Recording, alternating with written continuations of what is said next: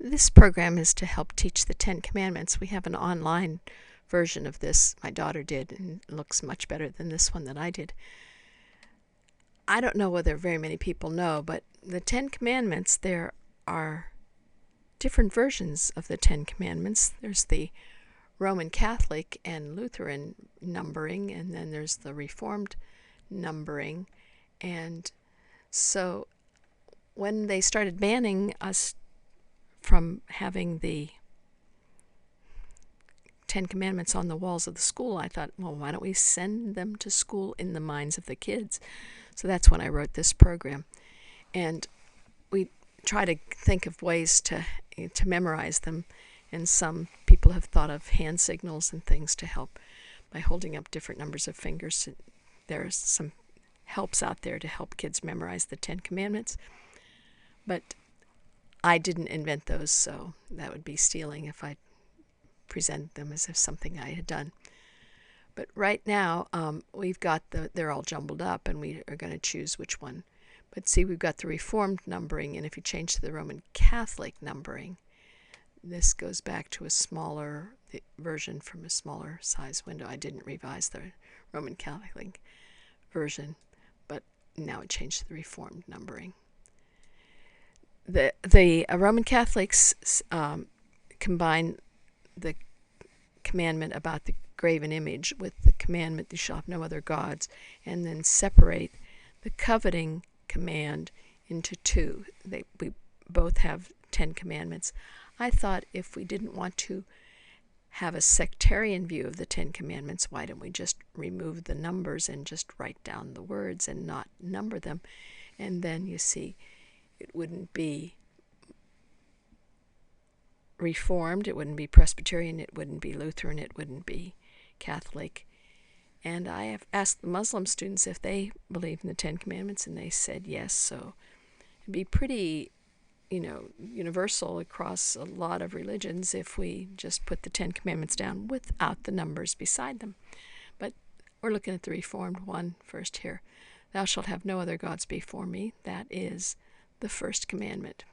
The second commandment is thou shalt not make a graven image. So I could go right here, but I'm going to go in the order that I know.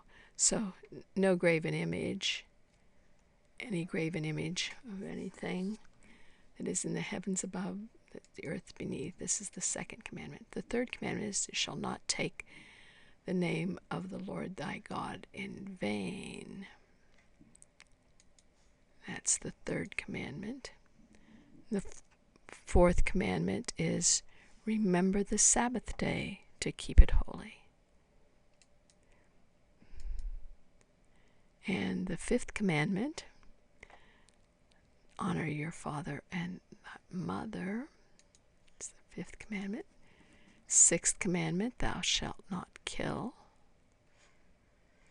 Let's see, thou shalt not kill.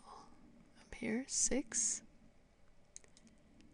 7, thou shalt not commit adultery.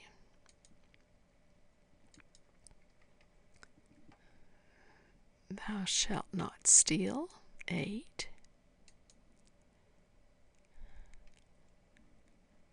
Thou shalt not bear false witness. 9. And the one that got St. Paul, thou shalt not covet.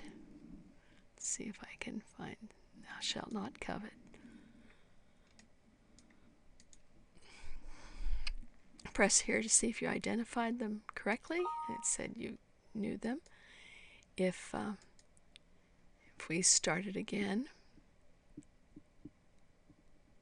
let's see if I can. I guess I'd have to end and come back in again. Let's see what would happen if we didn't answer them correctly.